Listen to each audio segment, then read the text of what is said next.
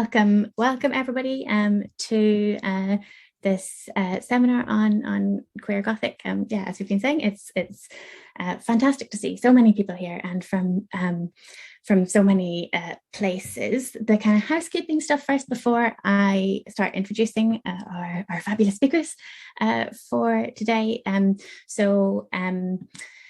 The first thing to say is if people could leave their cameras and microphones off for now. It'll just, because this is a popular event and we have lots of people here, it'll just ease the pressure on the Zoom connection a little bit. The Gothic Women team will leave our cameras and microphones off but cameras on, just so the speakers aren't talking to a completely kind of black space. If everyone else could turn it off. When it comes to questions at the end, do feel free to turn your camera on at that point if you like. Lauren's popped a code of conduct in the chat if you'd like to have a look at that. And if anybody wants to live tweet about the event, please do feel free. Our hashtag is Gothic Women, capital G, capital W. We'll do all three papers first, and then we'll have questions at the end. I think that's it in terms of housekeeping, unless I've forgotten anything.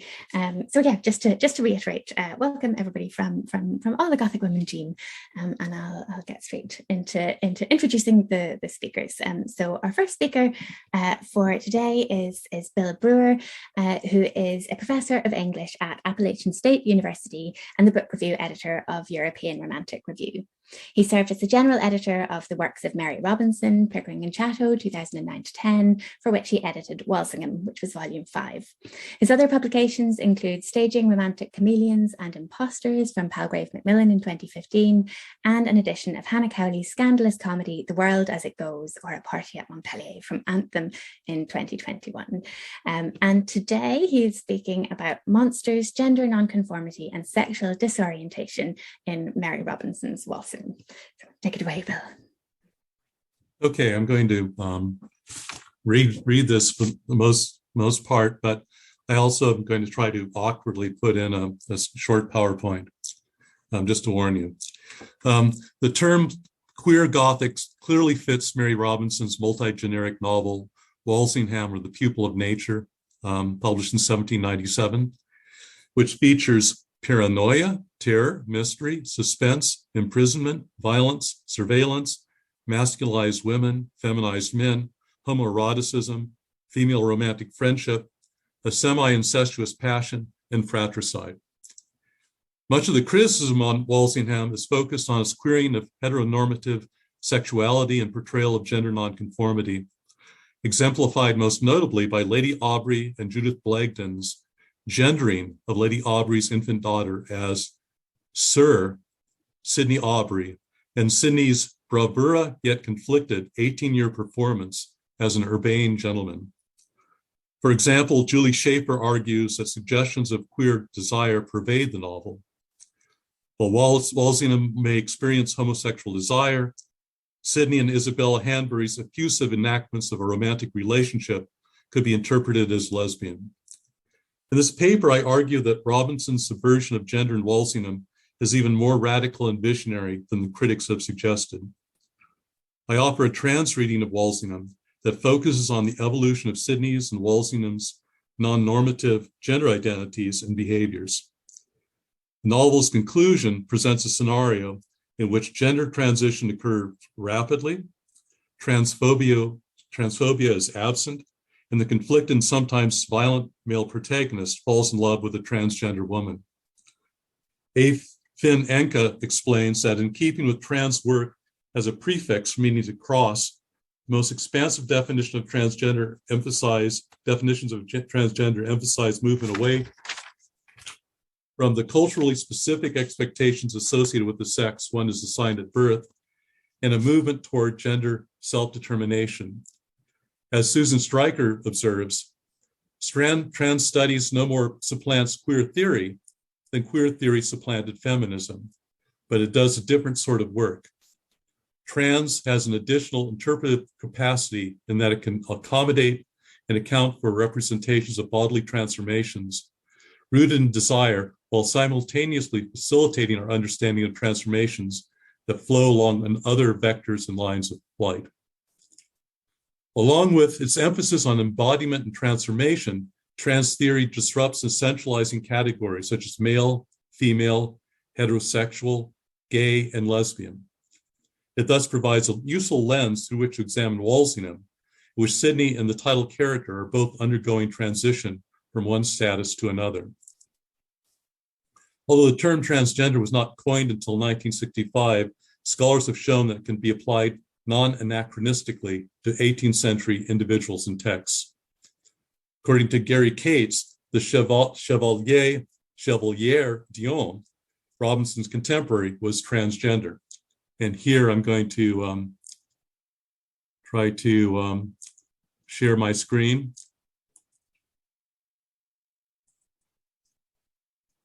This is a picture, cartoon of, and you notice this, Mademoiselle de Beaumont or the Chevalier Dion, kind of picturing her as both male and female.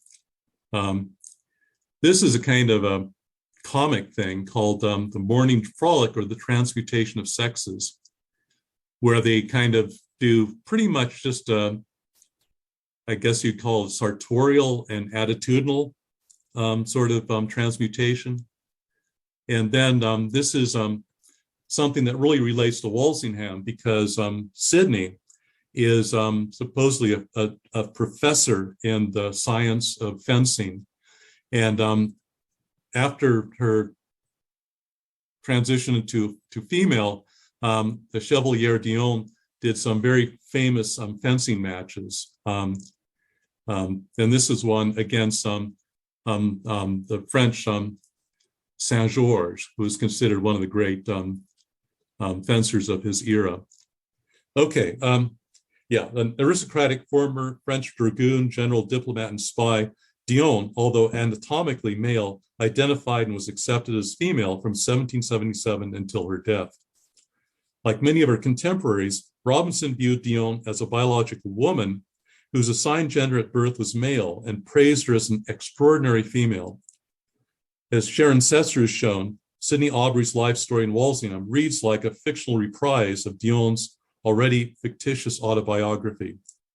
While the transgender Dion had many admirers, she was often physically objectified and criticized for unladylike behavior and appearance. In 1786, after seeing Dion at a party, James Boswell wrote, "I was shocked somewhat to think of her as a kind of monster by metamorphosis."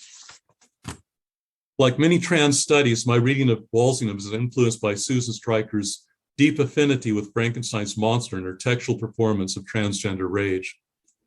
Stryker writes, quote, "I find a deep affinity between myself as a transsexual woman and the monster in Mary Shelley's Frankenstein. Like the monster, I am too often perceived as less than fully human due to the means of my embodiment. Like the monsters as well, my exclusion from human community fuels a deep and abiding rage in me that I, like the monster, direct against the conditions in which I must struggle to exist." In what follows, I examine the transgendered Sidney's self-conception as, quote, "a monster of dissimulation," unquote, and the eponymous protagonist labeling as a monster, and, quote, "queer little wretch," unquote. Throughout the novel, both characters see themselves as unique social transgressors, as abhumans driven by self-destructive passions. Whereas Sidney's male embodiment drives her to despair and self-loathing, Walsingham's dark skin prompts fashionably pale socialites to mock his tawny physiognomy and dub him a little Negro. Moreover, his female archenemies denounce him as a monster of arrogance, ingratitude, and deceit, and as a cruel monster. Mirroring Dion's fictitious account of her nativity, in which she was born female but never knew what it was like to exist as a girl, because from her first breath, her family raised her as a son, Lady Aubrey and her servant, Judith Blagden, gender Sidney male at birth. They do this to counteract her father's sexist will, which leaves the estate of Glenowen in £60,000 along with the title of baronet, to a posthumously born son, but only bequeaths £30,000 plus £300 annually if the girl turns out to be a daughter. Motivated by avarice and ambition, Lady and Aubrey and Blagden engaged in what Stryker calls, quote, the non-consensual gendering of another, unquote, viewed by Stryker as an act of gendering violence. Instead of following tradition and providing her, quote, son, unquote, with a male tutor, Lady Aubrey appoints Blagden as Sidney's preceptor, and they fashion Sidney into an exemplary man of fashion.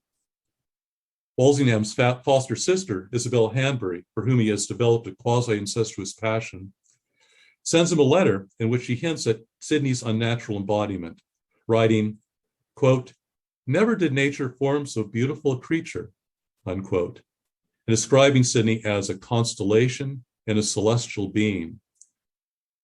We later learn that Sidney has confided her biological sex to Isabella, who arouses Walsingham's jealousy by becoming Sidney's constant companion and rumored mistress. Whereas Walsingham views Sidney as a rakish monster, whom he both despises and envies, Sidney regards herself as a monstrous hypocrite and deceiver. Full of self-loathing, she attempts a Werther-esque suicide by pistol. After lamenting to Walsingham that she is a despicable, monstrous hypocrite, she asks her mother, what am I amidst the profusion of wealth which chance has heaped around me? A monster of dissimulation, a wretch, weighed down with guilt, a vile, degraded, infamous, and sordid hypocrite. However, only the jealous Walsingham and Sidney herself considers her a monster. Rather than condemning Sidney's gender nonconformity, the two women to whom she reveals her secret become her allies. Isabella promises to devote her days to the task of participating in Sidney's fate, and Lady Arabella breaks off her engagement to Walsingham at Sidney's behest. Arabella's acceptance of gender nonconformity is foreshadowed earlier in the novel, when she imagines that in the future, quote, men will make caps and puff ribbons, and women forget their sex to box and ride races, which actually women are doing that, but for her and Isabella, the marriage of the trans baronet to Walsingham is a desirable outcome. The male persona that Lady Aubrey and Blagden have inflicted on Sidney leads to her gender dysphoria and self-monsterization. Before Stryker's gender transition, she was, quote, invisible as a person she considered herself to be, unquote. And as an elite male, Sidney is also invisible as a person she considers herself to be. Rather than their class difference, the erasure of Sidney's biological sex creates an insuperable barrier between her and Walsingham. And while Sidney castigates herself as a dissimulative monster, she also believes that breaking her promise to her mother to keep her sex a secret would render her a vile, forsworn, deceitful monster. She faces a choice between being a fraudulent monster or a forsworn one. Lady Aubrey and Blagden's gendering violence nearly destroys Sidney, driving her to attempt suicide and dangerously impairing her health.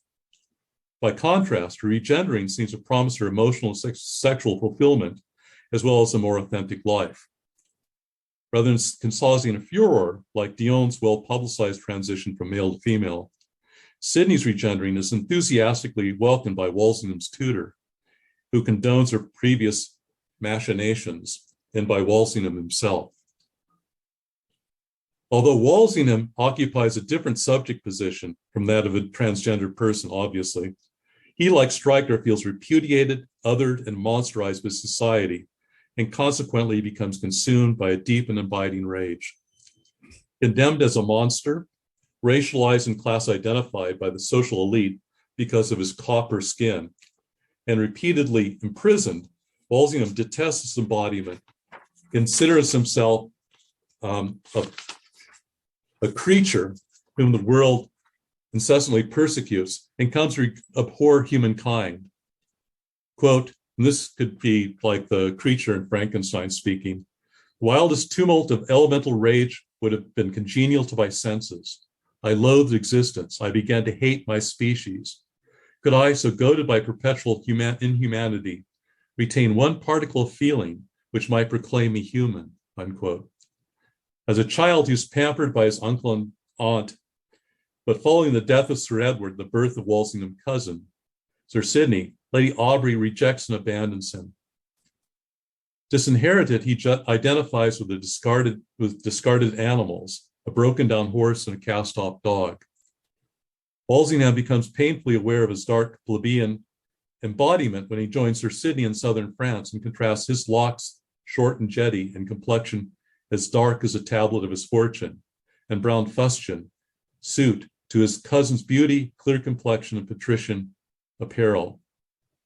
He is further deracinated when his aunt casts doubt on his personal identity, insisting that this is not Walsingham.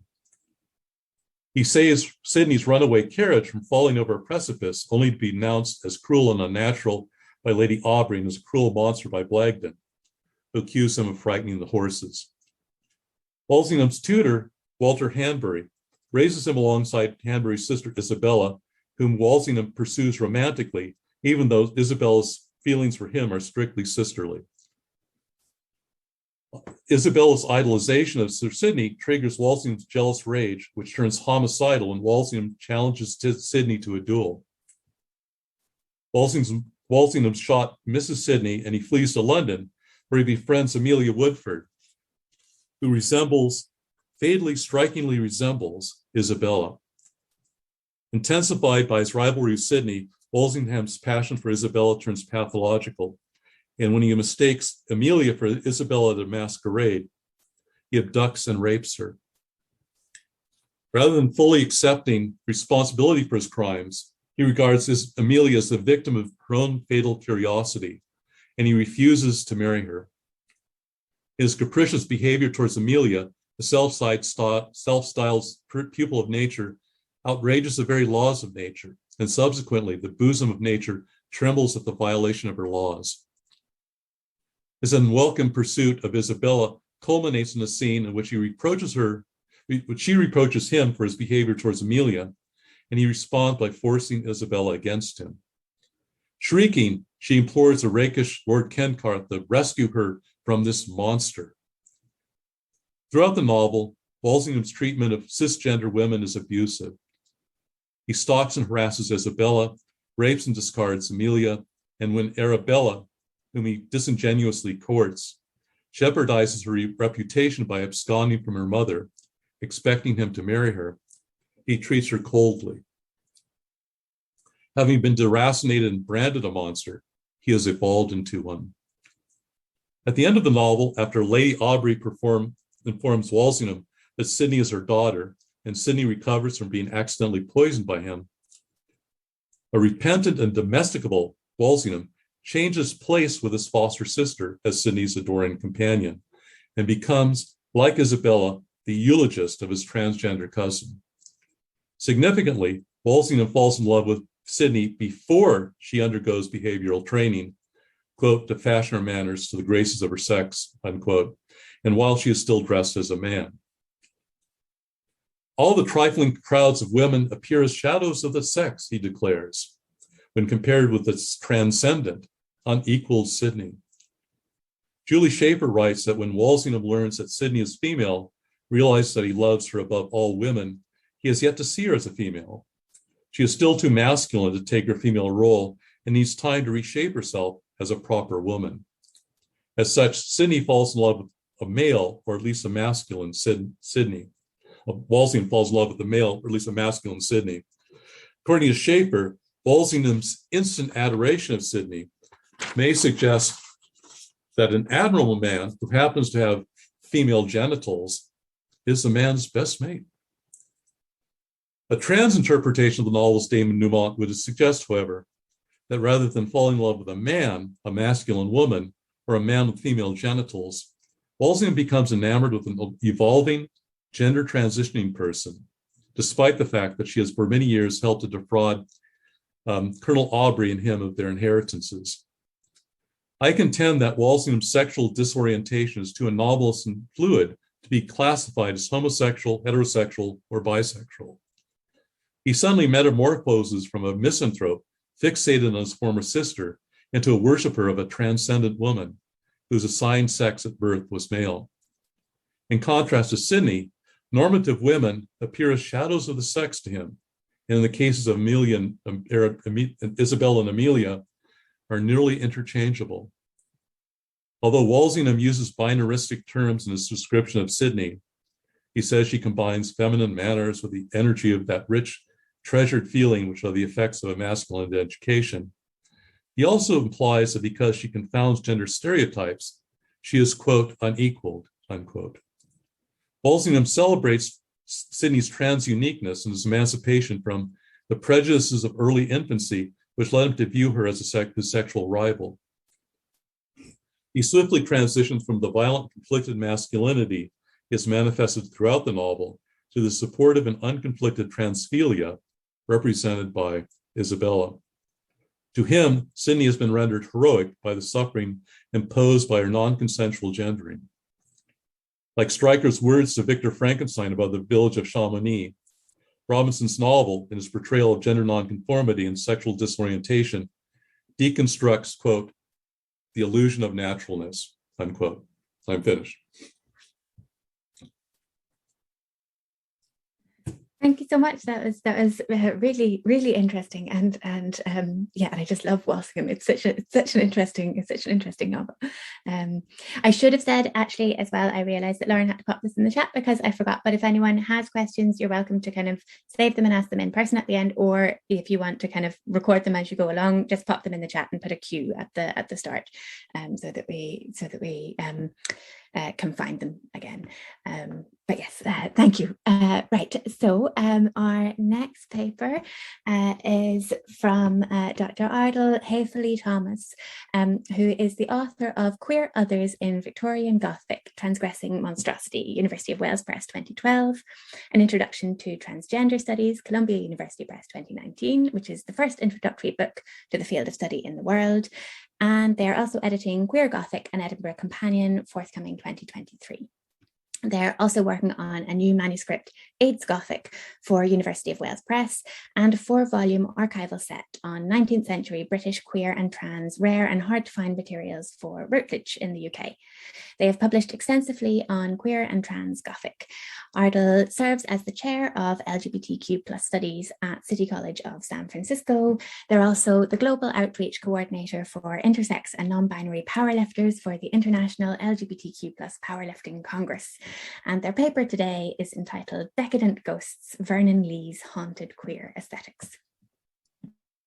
Thank you so much. Thank you for inviting me to present today. And again, sorry about your strike, but thrilled that this got put off to May. So cheers, everybody. And I'm just, I can't believe how many people are here from all over the world. So anyway, I hope everybody can hear me okay. Decadent Ghosts, Vernon Lee's Haunted Queer Aesthetics. I'll give you a warning ahead of time. I am presenting a work in progress to you. And I thank you ahead of time for your patience with me. I'm reevaluating Vernon Lee and excited to come to Lee's work again to explore stories I was unable to include in my previous work. Today, I'm actually going to be going over some of the bones for a forthcoming essay for Edinburgh University Press on Vernon Lee and the Victorian ghost story. It's in the early stages. In my book, Queer Others in Victorian Gothic, Transgressing Monstrosity, I argued that Vernon Lee utilized queer decadent Gothic as a means of defending the fin de siècle queer community, most notably the queer male community that was under some of the harshest scrutiny between 1885 to 1900. Beginning in 1885 with the ramping up of the anti-sodomy laws, thanks to the La Bouchere Amendment, the 11th clause of the Criminal Amendments Act, which criminalized male gross indecency in public or private, and carried a prison sentence. The infamous Cleveland Street scandal, the police raid of a male homosexual brothel on Tottenham Court Road, and of course, the trials of Oscar Wilde, leading to his being sent down to Reading jail to do hard labor for gross indecency. The 3 stories I covered in the chapter were Lee's A Wicked Voice from 1889 and 2 published in 1896 The Image, and Prince Alberic and the Snake Lady. 1896 was for Lee particularly significant in terms of defending decadent aesthetics as well as queer artists. First, Lee's scathing rebuttal against the conservative and normative Hungarian physician Max Nordau, whose Degeneration, which was published in English in 1895, blamed the art world, including writers like Wilde and Pater, both friends of Lee's, as examples par excellence of a kind of decadence that was going to destroy civilization. Clutch the pearls. Anyway, Nordau read decadence as diseased, pathologized, and not productive, hence queer to the core. Because decadent art and artists were not about producing good works or family. Indeed, they proudly functioned outside of the doldrums of such normativity. Lee's public response to Nordau was striking, and Lee was clearly frustrated and furious given Wilde's recent sentencing and imprisonment, and the countless other instances of Lee's queer male companions who were sought out for various forms of punishment and shame.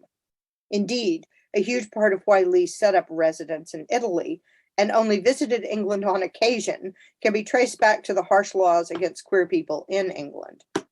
Although Vernon Lee was assigned female at birth, and people assigned female at birth did not fall under direct punishment in the Criminal Amendment Acts, lesbians certainly felt the societal pressure as they watched their male counterparts being punished. And now that I've mentioned lesbians, I do also want to continue to trouble Vernon Lee as a lesbian. I will address this a bit more later. But what I am attempting to say here is that since Lee was assigned female at birth, Lee did not fall under the same legal scrutiny as dear mates like John Singer Sargent, Oscar Wilde, Walter Pater, and other queer men assigned male at birth. And Lee also seems to have been much more at home in their company than with other people assigned female at birth. To Nordau, Lee writes, "We need only search our own souls for the queer comradeship of outlawed thought. And we are not made more lenient towards the vapor. Are we not made more lenient towards the vaporing of neo-mystics, the egotism and depravity of decadence, the uncleanliness of realists, by knowing that Professor Nordau would like, if he could, to set up a holy office and an index of expurgatorius, and to commit to the flames, the books, to the maison de santé, the bodies of all of the writers, whom in the name of an immutable and officially consecrated psychological science, he has condemned as degenerate?" As queer theorist Richard Delamora notes, Lee passes judgment on the legal destruction of Oscar Wilde and defends sexual dissidence as necessary to the very existence of reasoning. That same year, in defense of Oscar Wilde, Lee wrote Prince Alberic and the Snake Lady, published in the Yellow Book by the Bodley Head. This was the Yellow Book's first publication after Wilde's imprisonment. And by the way, this was also shared with Wilde's wife, who was friends as well with Lee. It is no mistake that Lee's deeply decadent historic fairy tale about an outcast prince who falls in love with a beautiful lady who is really a snake is a story of forbidden love, the love that dare not speak its name, a la Bosie. The quote's often misread as Wilde, but it was Bosie. For Lee's decadent queer aesthetic and tales of ghosts and hauntings today, I will be briefly exploring an 1890 tale, Amor Dure. And for the Italians who are here zooming in from Italy, please forgive me. I have butchered that title, most likely. Before I delve into this short story, though, I would like to reconsider my earlier published arguments about Vernon Lee, which at the time I referred to as the gender queer possibilities in Vernon Lee. Although you will note that I used feminine pronouns for Lee in my previous work. Language around queer and trans identities has changed immensely in the decades since my work on Lee. Rather, I think that rich and nuanced readings can be had if we consider Vernon Lee in transmasculine terms, particularly in the ways that this transmasculinity, if you will, comes through in Lee's decadent queer Gothic. I also come to this with the realization that reclamation projects of dead authors can break down into essentialism quite quickly. We have certainly seen this in some areas of lesbian feminist reclamation projects in a rush to the past to find sheroes.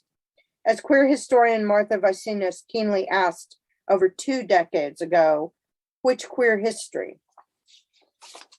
Some of these reclamation projects have obscured gender complexities in the past, and I do not intend to pick on lesbian recovery projects, but I do want to take a look at some of those surrounding Lee. Vernon Lee's papers made their way safely to Colby College in Maine in the United States at the beginning of the Second World War in order to protect them from the threat of the Nazi pillaging that was raging across Europe. And Hitler was not shy about pinpointing queer archives. We need only to look to the 1933 burning of Magnus Hirschfeld's entire library in the Institut für Sexualwissenschaft in Berlin, a collection housing thousands of volumes on queer sexuality and transgender identities. We still have not recovered this wealth of knowledge. Throughout my research on Lee, I have come across numerous accounts of literary theorists, biographers, and historians visiting the Lee archive at Colby. In some cases, literally holding on to Lee's infamous monogram masculine handkerchiefs in the hopes that Lee's sexual history, seen as lesbian sexual history specifically, will be revealed to them. And in all cases, they come away disappointed. The ephemera reveals nothing about any possible sexual encounters Lee may have had with women. In proposing Lee as a queer and transmasculine figure, I am suggesting we could have some sort of trans reclamation, but I do not want to repeat the move of pigeonholing Lee's identity. Instead, I would like to consider pushing beyond just a celebratory reclamation and to recover the complexity of the past that embodied or occupied different identities, but did not necessarily label or box them. Perhaps Lee offers us queer and trans beyond labels and shows that queer in itself is a rejection of such labeling. With this in mind, I would like to talk with you just a bit today about Lee's short story, Amor Dure. What could be more lusciously and deadly decadent than falling in love with the ghost of a 300-year-old scheming Italian murderess, Madonna Medea de Carpi of Urbania?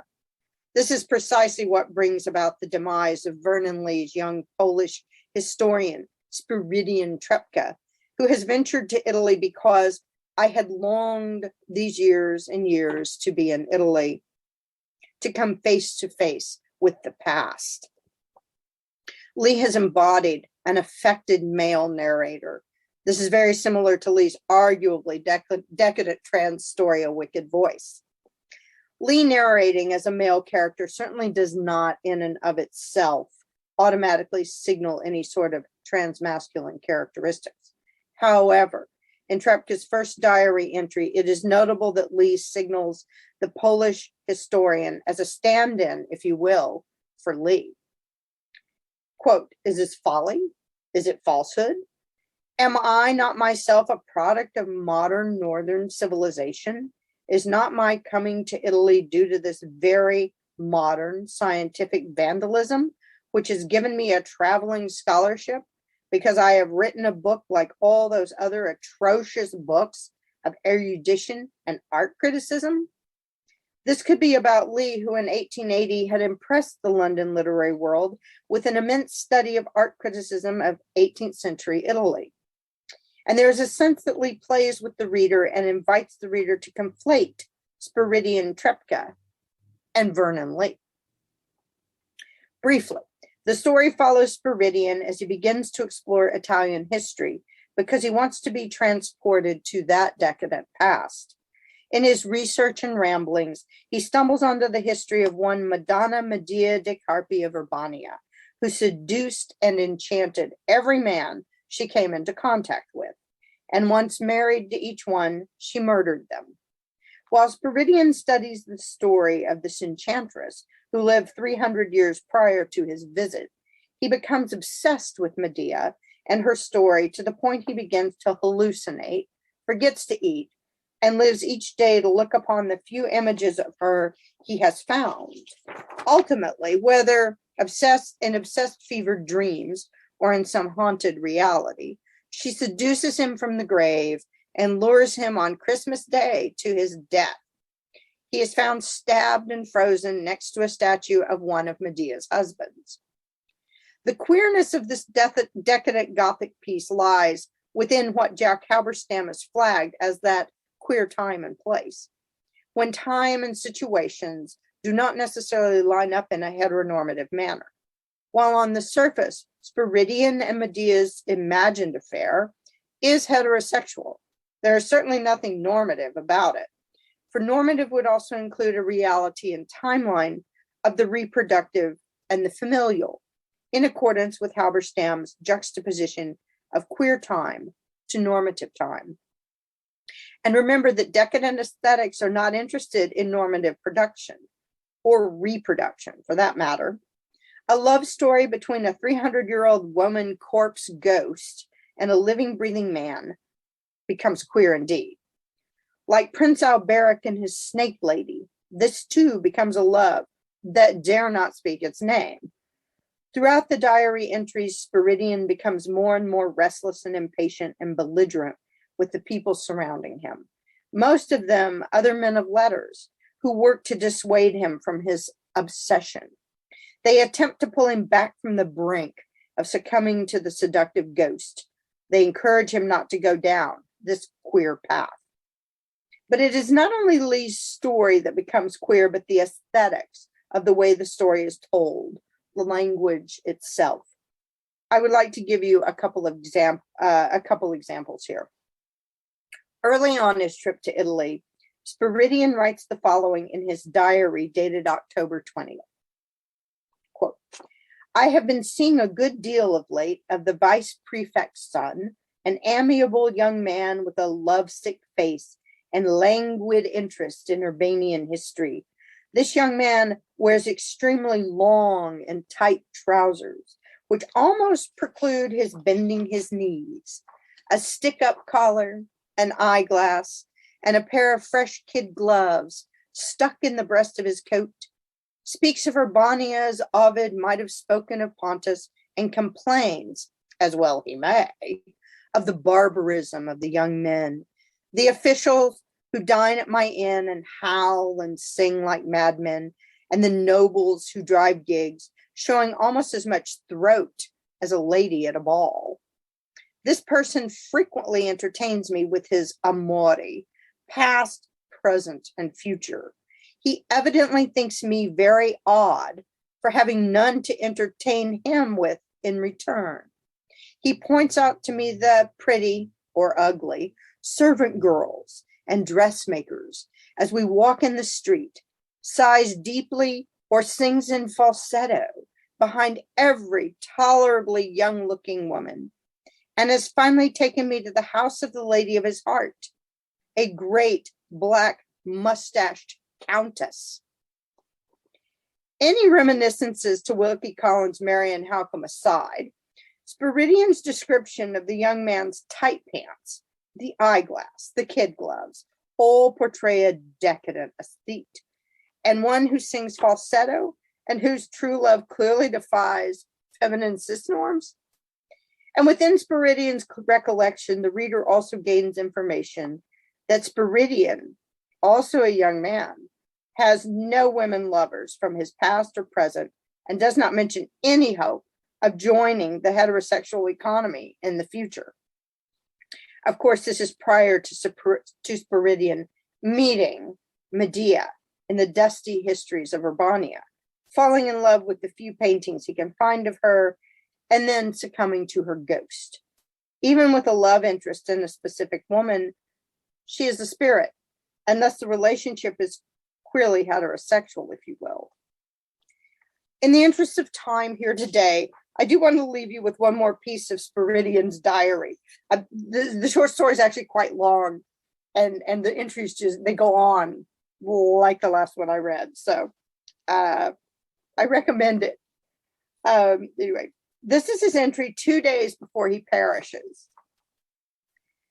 Ambition, love of art, love of Italy, these things which have occupied my spirit and have yet left me continually unsatisfied. These were none of them my real destiny. I have sought for life, thirsting for it as a man in the desert thirsts for a well. But the life of the senses of other youths, the life of the intellect of other men, have never slaked that thirst. Shall life for me mean the love of a dead woman? 35 years following Lee's narration, as Spiridion Trepka, Lee wrote this about Venice, the floating city. This is Lee. I was never quite free from regrets and from longings, or the delusive happiness which is streaked with them. Venice is always too much, and too much so. Lee's longing and regrets mirror Lee's narrator, Spiridion, both thirsting as a man in the desert thirsts for a well. Thank you. Thank you so much for a really rich and fascinating paper. Yeah, awesome. There's loads of applause coming in, and again, feel free to pop comments in or questions in the chat. So our third speaker is Evan Hales Glendale, who is currently a sessional lecturer at the University of Reading and the University of the Creative Arts in the UK. Their research interests are in genre fiction, gender, subjectivity, and the body. And their first monograph, Family Gothic, Reproducing Queers, Crips, and Monsters, is forthcoming from University of Wales Press. And their paper today is on Fear of a Diseased Future, Gothic, Feminism, and Eugenics in the work of Charlotte Perkins Gilman. Thank you very much. I basically made a very small PowerPoint just to have something to look at other than my face while I talk. So here we go. In the fin de siècle period, as the 19th century turned into the 20th, there was a lot of cultural anxiety in Britain and America around the figure of the true woman. There was a cultural debate about the nature of womanhood itself, and the same sorts of critiques we hear now about who is doing womanness wrong also circulated in the late 19th century. It was sex workers, women of non-white heritage, and working class women who bore the brunt of these critiques. Sorry. I have just had a tech fail where my screen just disappeared with my talk. Sorry. It's still showing for us. No, my screen that I'm reading off. Sorry, here we go. It was sex workers, women of non-white heritage, and working class women who bore the brunt of these critiques, as lesbians, trans women, and other gender non-conforming people were less visible at the time. And again, it was middle-class, white, educated women who wrote the reams of cultural commentary, social fictions, and public lectures on the topic. They went out to try and educate the colonies and save the streetwalkers and make a nuisance of themselves to men in power, the last of which I wholeheartedly endorse, by the way, for the record.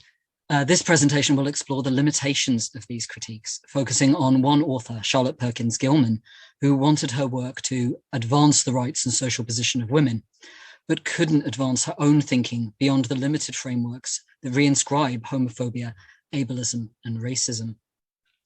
The figure of the true woman was central in the 19th century debates about progress in the modern world, and was often raised in opposition to the image of the new woman who might want a career rather than a family. Underpinning these concerns is always reproductive politics. Not only is the definition of womanhood at stake, but so is the future of society and the nation state. The new woman was more likely to be middle class because they had the education and relative wealth to secure themselves opportunities outside the confines of marriage and domesticity. Yet these are the very women the eugenicists wanted to be mothers. They were viewed as intelligent, able-bodied, and predominantly white. The fear that these women will turn from reproduction fueled tracts by physicians like Edward H. Clarke and Henry Maudsley, with titles like Sex in Education from 1873 and Sex in Mind and Education from 1874. The former claimed that a true education for a woman would not be one that unsexed her. Maudsley claims that sex is fundamental, lies deeper than culture. You may hide nature, but you cannot extinguish it.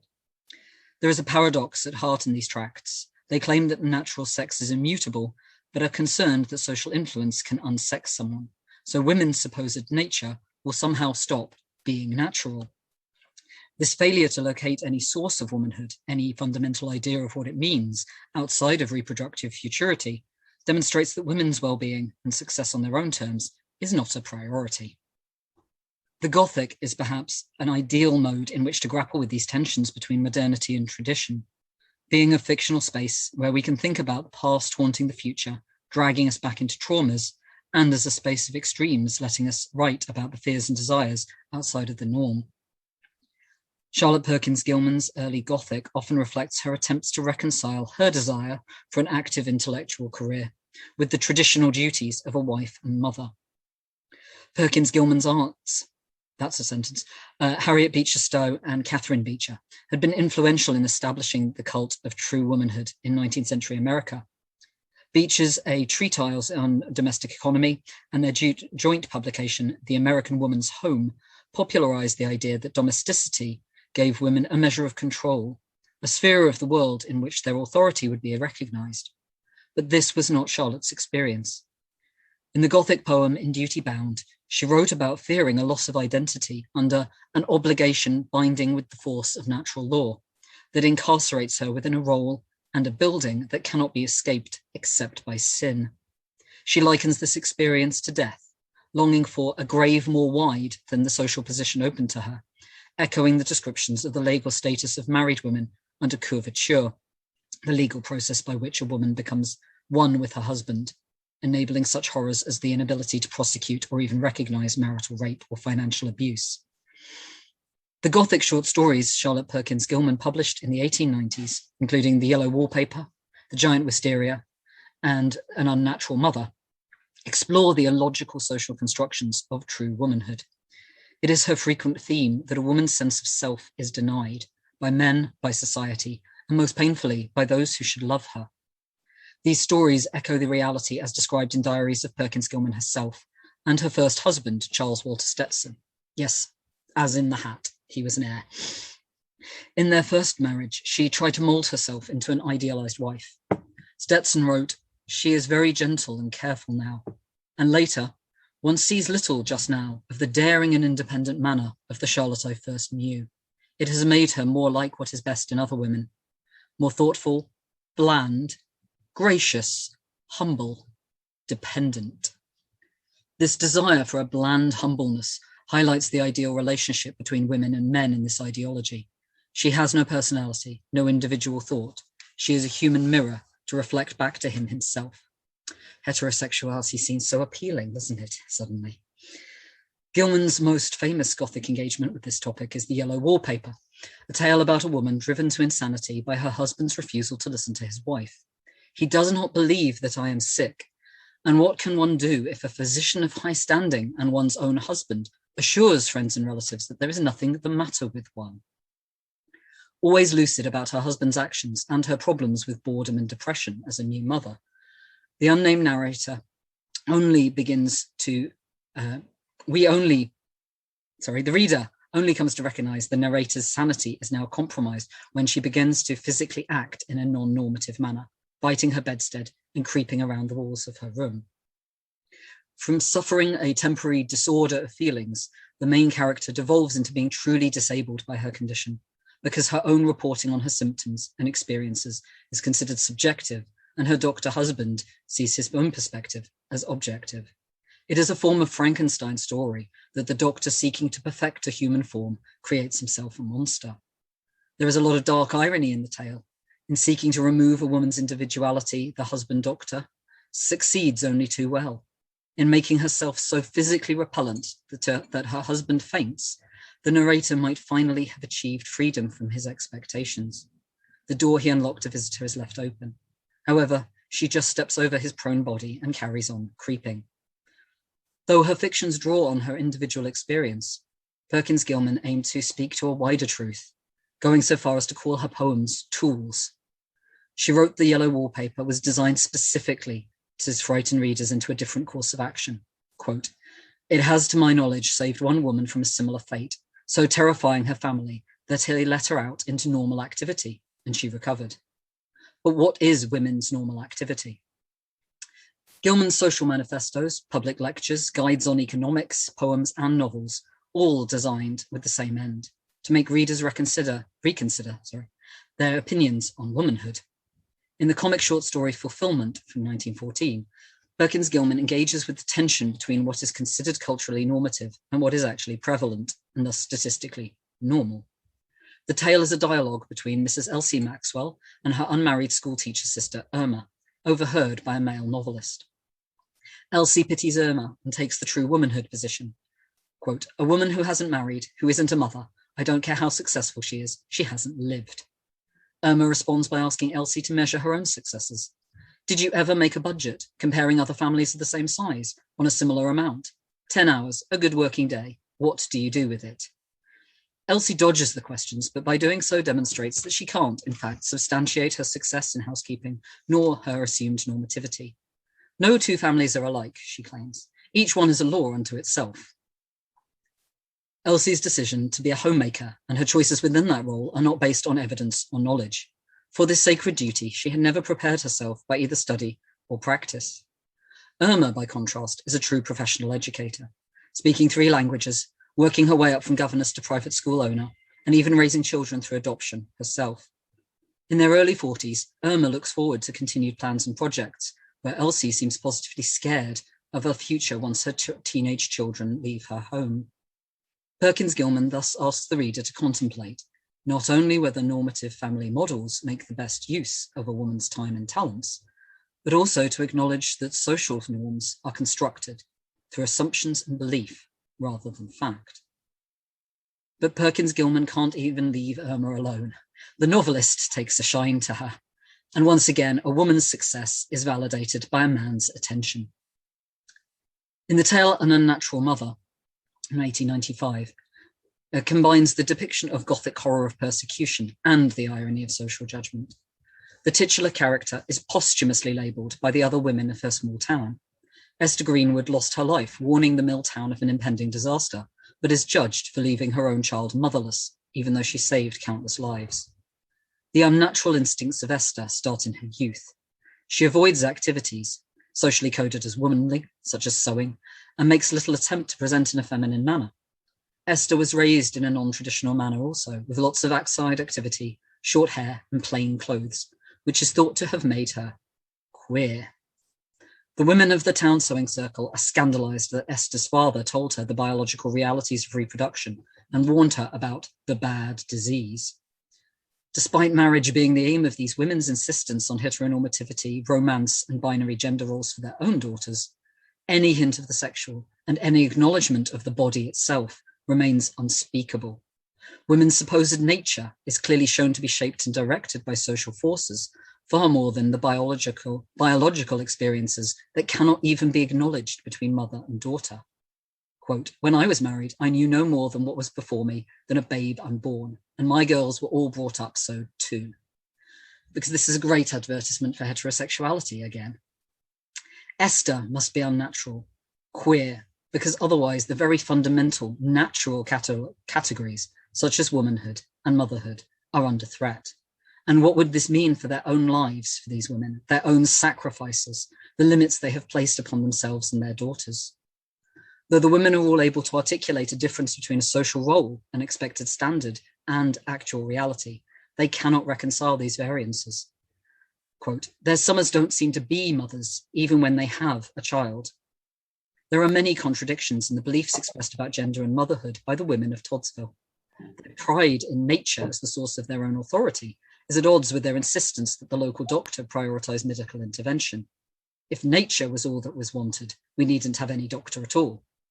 A belief in their superiority as mothers runs counter to the death toll. Quote, "I never had anything to reproach myself with. The Lord giveth, and the Lord taketh away." Esther is unnatural because she doesn't dote on her own daughter to the exclusion of all other interests. The child was treated worse than an Injun. And because she is willing to educate and indulge all the village children, she'd take up with any dirty-faced brat in town, even to them Canucks. The limitations of these women's worldview is reinforced by their racism and xenophobia, which is ironic given Perkins Gilman's own white supremacist leanings. The tale reads like a pointed response to Maudsley and Clark. These uneducated women are burying child after child due to their ignorance, unable to apply logic to balance the community need against the individual. She neglected her own to look after other folks, they complain. The implication of Esther's logical self-sacrifice is that she was not only better educated than her peers, but also a better woman, more, not less natural. Because though Perkins Gilman's view of women's place in society was progressive in many ways, she never fully escaped essentialist thinking about embodiment and female identity. Recognizing that socially mandated, and it doesn't want to change my screen. There we go. Recognizing that socially mandated gender roles are constructions, she still felt the need to center binary gender identity on reproductive function. Masculine and feminine are only to be predicated of reproductive functions, she wrote. You can be any kind of woman you want, as long as you also want to be a mother in some respect. In her utopian novel, Hairland, also from 1915, male explorers seek out a legendary female-only society to find the social model women choose to advance is technologically sophisticated, but motherhood is practically a religion, with the raising of children the collective center of society. As Li Wen Chang points out, Perkins Gilman viewed her utopian Herlanders as, in essence, more feminine than other women through the centrality of child raising and social care in their society. Once again, even progressive women are expected to want to be natural, with nature equated to reproductive biology. As Anne Lane suggests, she was not as free from the conventional views of her age as she liked to think.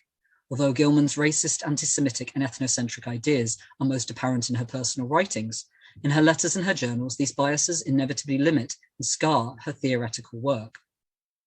Perkins Gilman's writings about social evolution and the improvement of society elevated the right to independence only for white middle-class women who would combine motherhood with their other pursuits, sustained by the exploitation of working women and women of colour.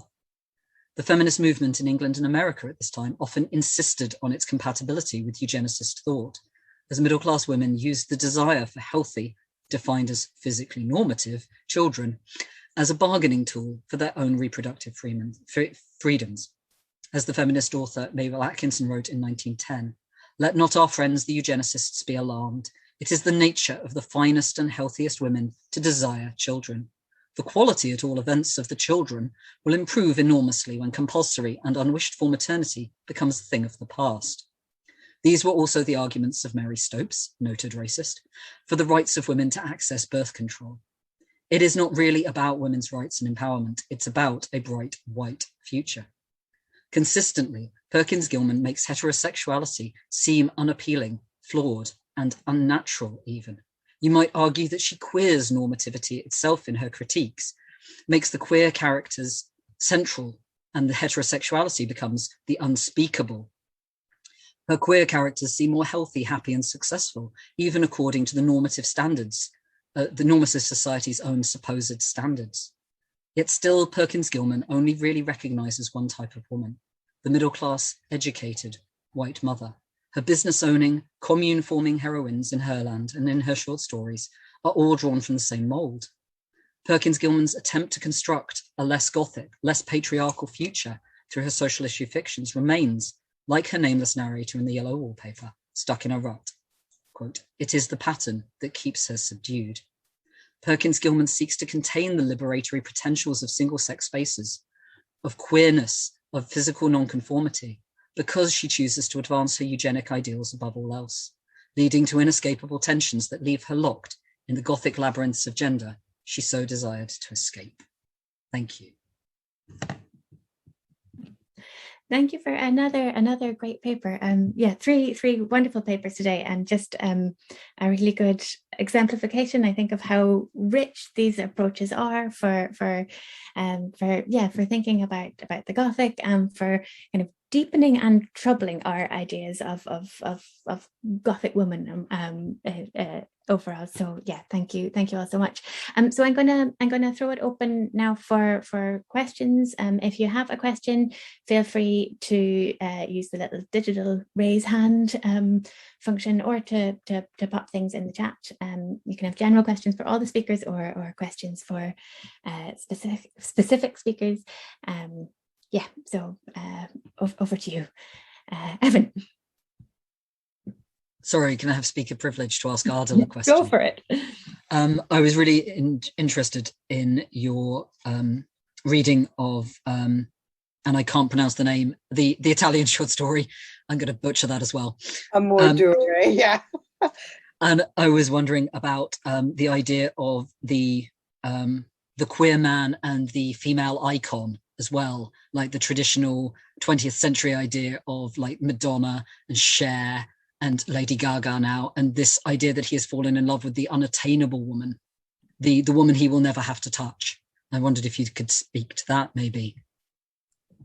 Absolutely.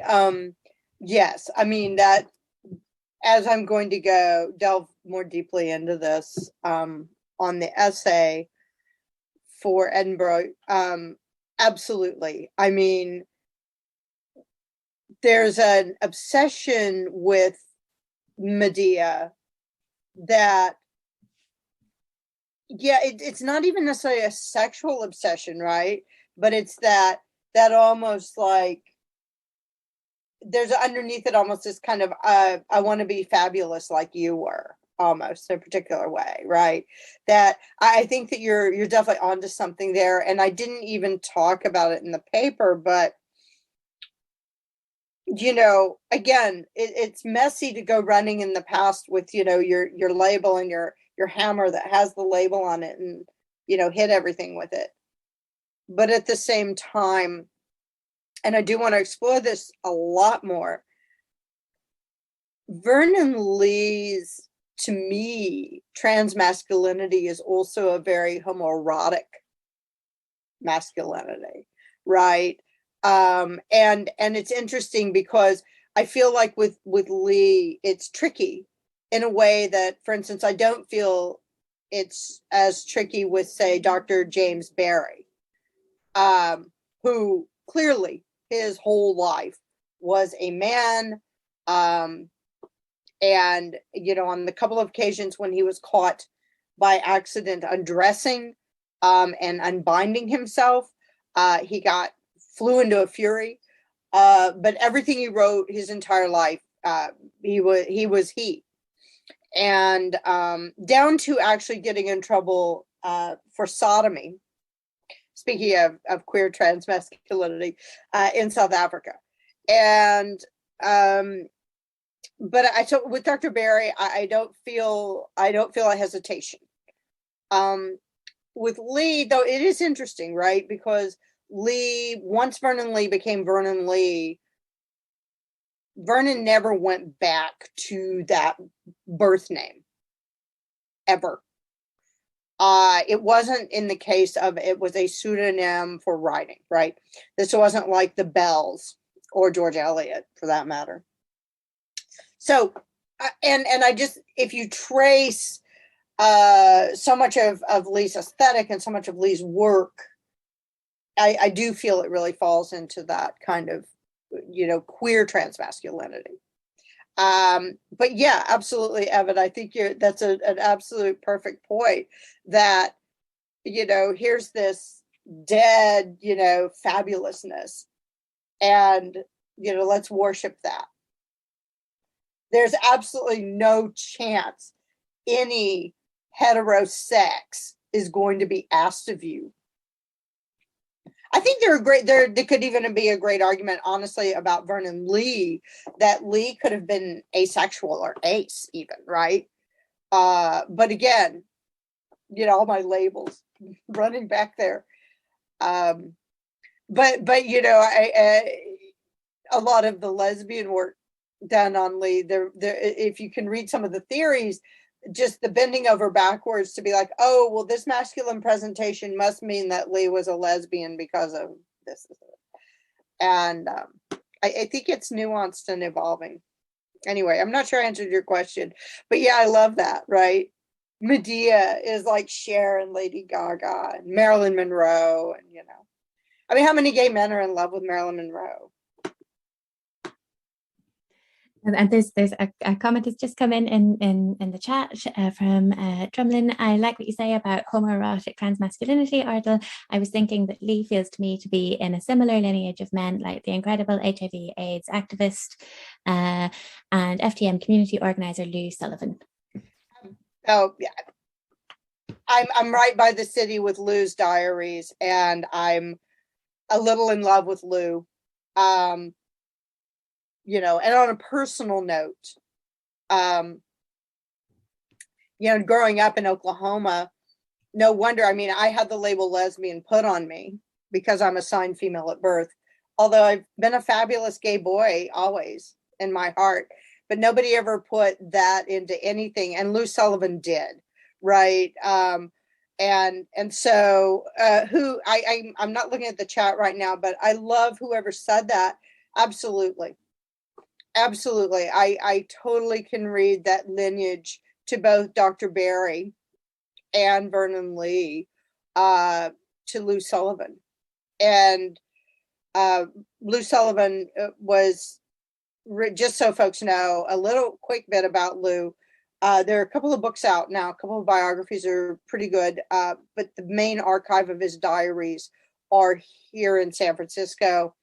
And the queer and trans dance troupe, the Sean Dorsey dance group, did a beautiful dance project using the archives of Lou Sullivan's diaries. It's called the Diary Project. You can look it up online.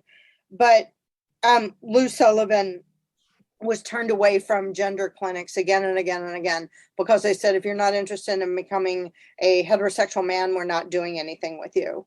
And interesting, I mean, Lou never had trouble finding lovers.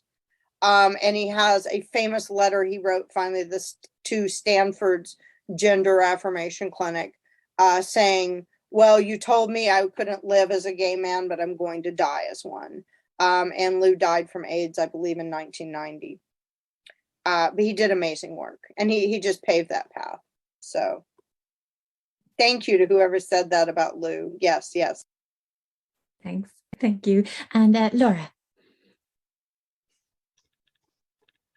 Hi, thank you so much, all of you, for such rich papers. So this is a broad and slightly ill-formulated question, which picks up on some of the issues that Ardal has already been sort of touching on there. I wanted to ask about the potential of exploring literature, Gothic literature, perhaps particularly from the past, to deepen our theoretical consideration of both the problems and opportunities of labeling.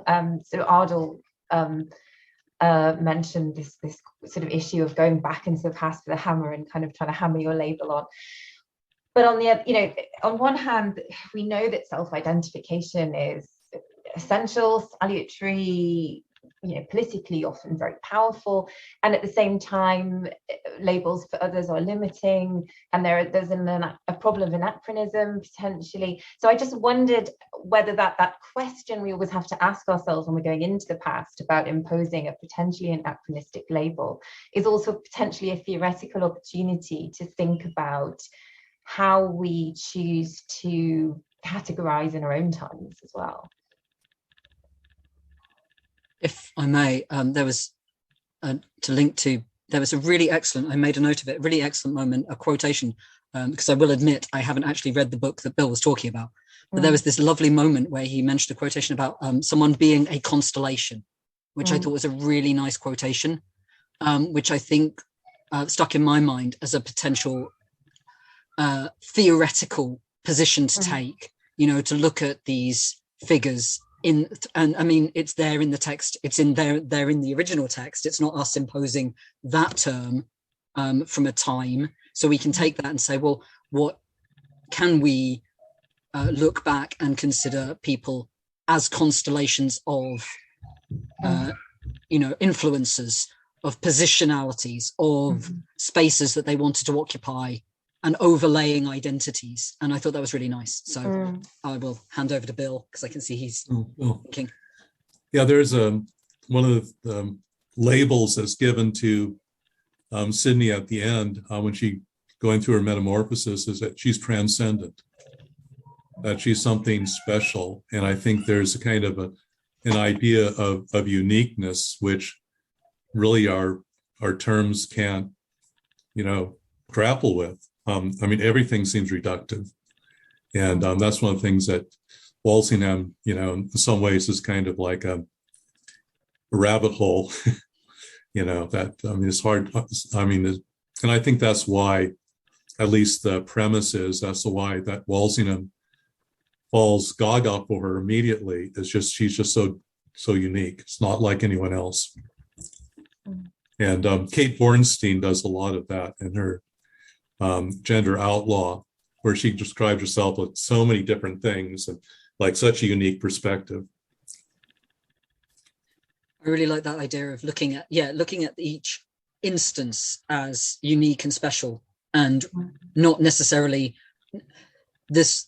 And that's the problem with that people say now, is that if you become known for being trans or any minority, really, if you are the voice of, that you become representative. And actually this is a way of resisting that as well, to look at each of these characters as individualistic and look at each of these situations as unique. So I think that's really nice. Thanks, Bill. I might ask a kind of follow on from that. If anyone else does have questions, don't let me interrupt you. Feel free to raise your hand or pop them in the chat. But I was thinking about the kind of possibilities and afforded by and the limitations of genre kind of throughout your three papers, because when you were talking about Charlotte Perkins Gilman's kind of being limited by her assumptions, I was wondering how much those assumptions are kind of informed, I suppose, by generic expectations, but also, Idle, when you were talking about kind of queer temporality, I was thinking about the kind of possibilities of time that you have in fiction and the kind of ever-present time of a text where a character is at once what they are at the start of the text and also what they are at the end of the text, and how that enables a kind of a multiplicity of identities, I suppose. And with Bill, with your paper with Walsingham, I was thinking about the ways in which we don't know things, throughout, and you're discovering, but you're not quite sure what, whether you're, even in kind of having to decide as a critic, like how you're going to refer to Sydney, those kinds of things, that there's a resistance to knowledge that comes through the kind of form of the text and how it's focalized. So yes, I suppose my bigger question is just to ask for any thoughts about the limitations and the possibilities that come with the novel or the genre of fiction.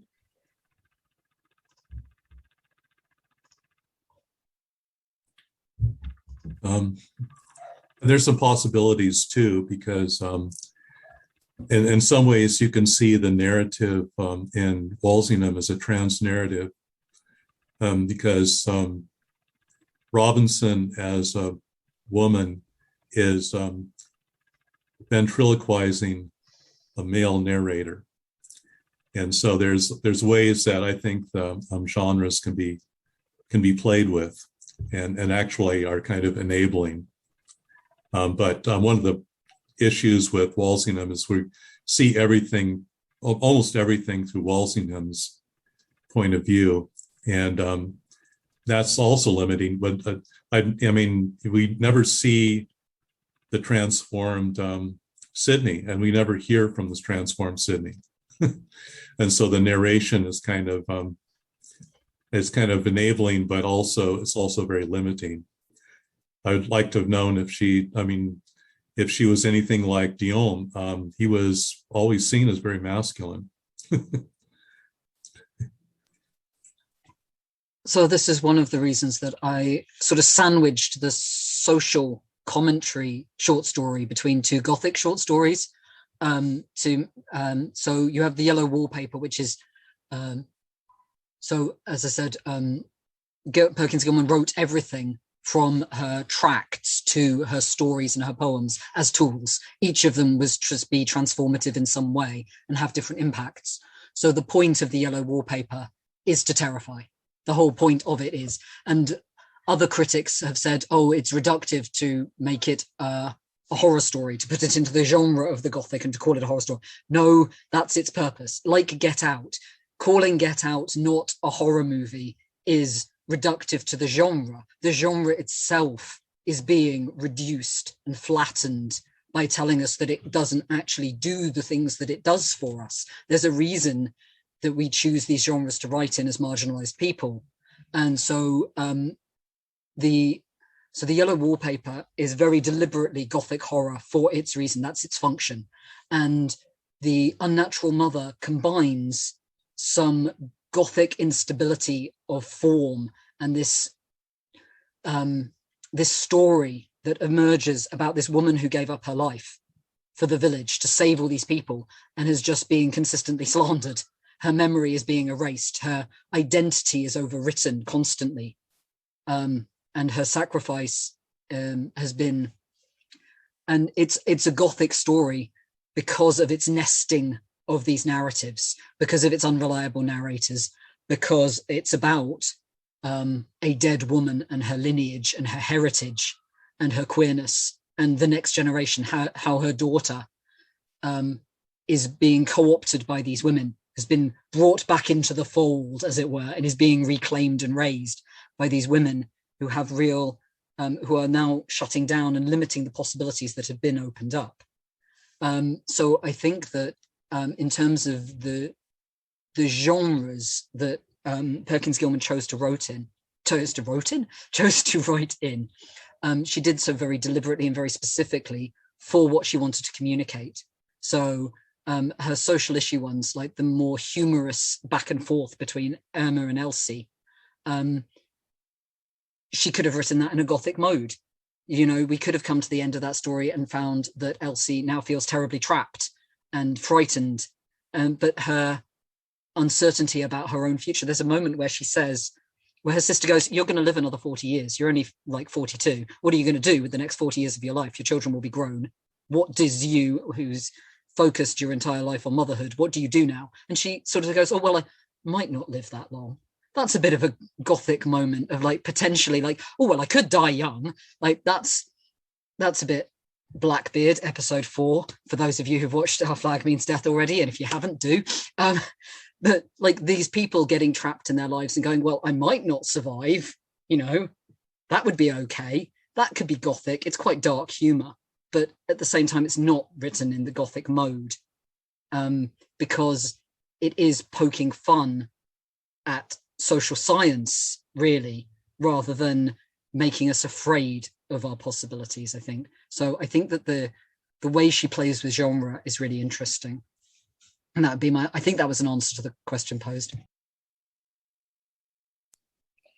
With Lee, it's interesting. Well, first of all, I think just the Gothic itself, obviously, and people have talked about this so much. The Gothic allows you that room to have all of that slipperiness, right? To have the time and place and whatnot just collapse in. I mean, that's a part of Gothic. So, you know, so much so. With Lee, it's very interesting because Lee had about a 15-year period when all of the really decadent Gothic pieces were published. But Lee wrote art criticism, was very prolific in so many different genres. Although in many of those cases, Lee was still very much focused on the past, not the present. I think Spiridion, though, is really interesting because you're right that in the course of the story, it starts out with Spiridion saying in that very first entry, it's the past I'm looking for, right? So he's set up a time frame, right? I've longed all this time to be in Italy to go to the past. And then, of course, he gets quite the trip, right? And falls in love with the 300-year-old corpse. But that over the course of the story, his time frame and his life from having not had any lovers is going now toward this moment of finally finding the perfect person, the new lover. Oh, but wait, they're 300 years dead. So you just have that, going. And Lee always plays with that, right?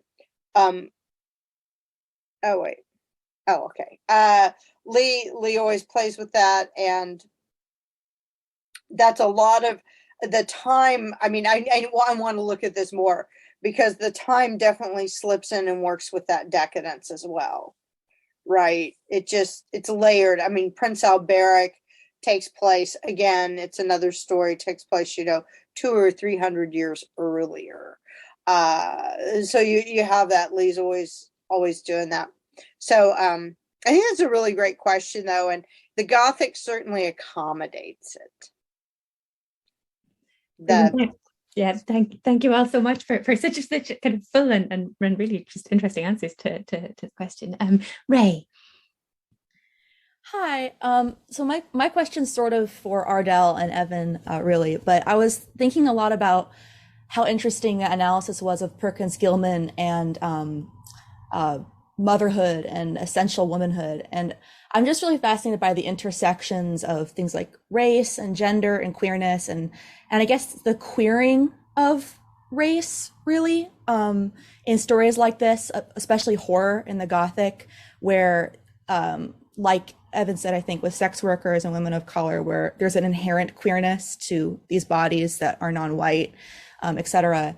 And I guess my question was sort of about like, I'm interested in exploring the sort of tension between people who sort of occupy a queerness of gender or sexuality, but are sort of limited by their own maybe white supremacy, for example, in a vision of what queering society or social norms can look like. And I was just sort of curious about other people other than Gilman, for example, who maybe exemplify this tension, because this is something I'm interested in exploring for something like PhD work, for example. So that was just my question.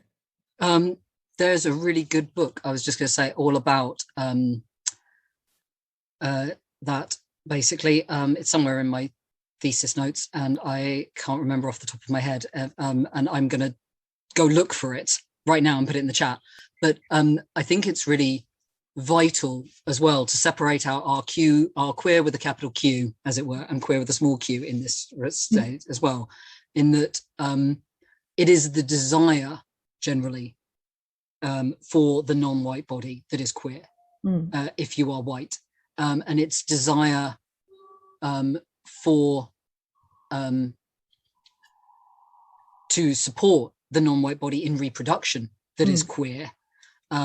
So you can queer heterosexuality in that way, because that is getting to the heart of this idea of what the future looks like, what society is being re-envisaged around. And in the white supremacist, excuse me, cis heteropatriarchy, kyriarchy, the works, to desire that which you are not, and to potentially create and reproduce that which is undesirable, that which is monstrous, is the queerness, is really interesting.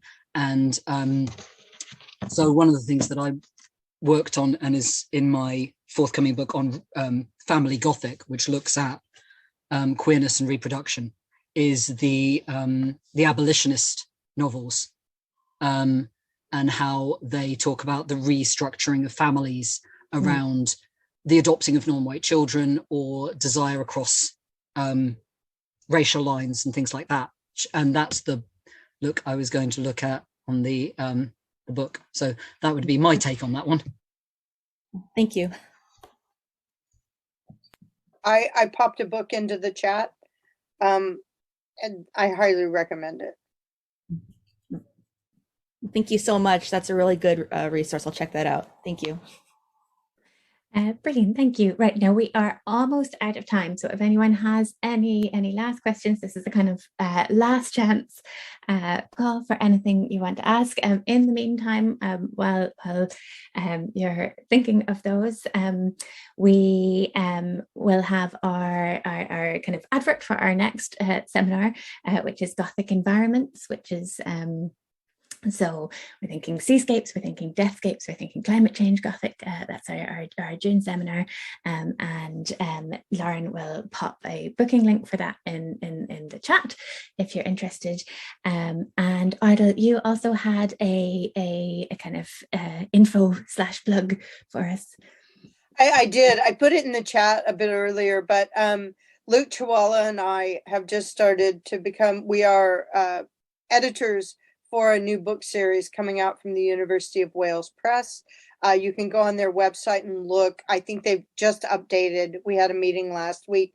It's queer and trans intersections, and we're looking at proposals from on global perspectives that may not have been represented very much in queer and trans studies, intersectionality, etc. And it's not Gothic per se, though. So, but I still want to let folks know about it because, you know, some of us work on things that aren't Gothic sometimes. And we have an amazing board of editors and editorial board. And so we are looking for proposals, brand new series, and we also are particularly open to scholars early in their careers, as well as advanced students in grad school who may be looking for the first time to do the monograph, or an edited volume of essays. Thank you. That's brilliant. Thank you very much. So very last chance for any questions now. No. Okay, right. In that case, it just remains to thank our three speakers for really fabulous papers. This was just a fantastic event and a real treat. And I can see lots of expressions of gratitude coming in the chat.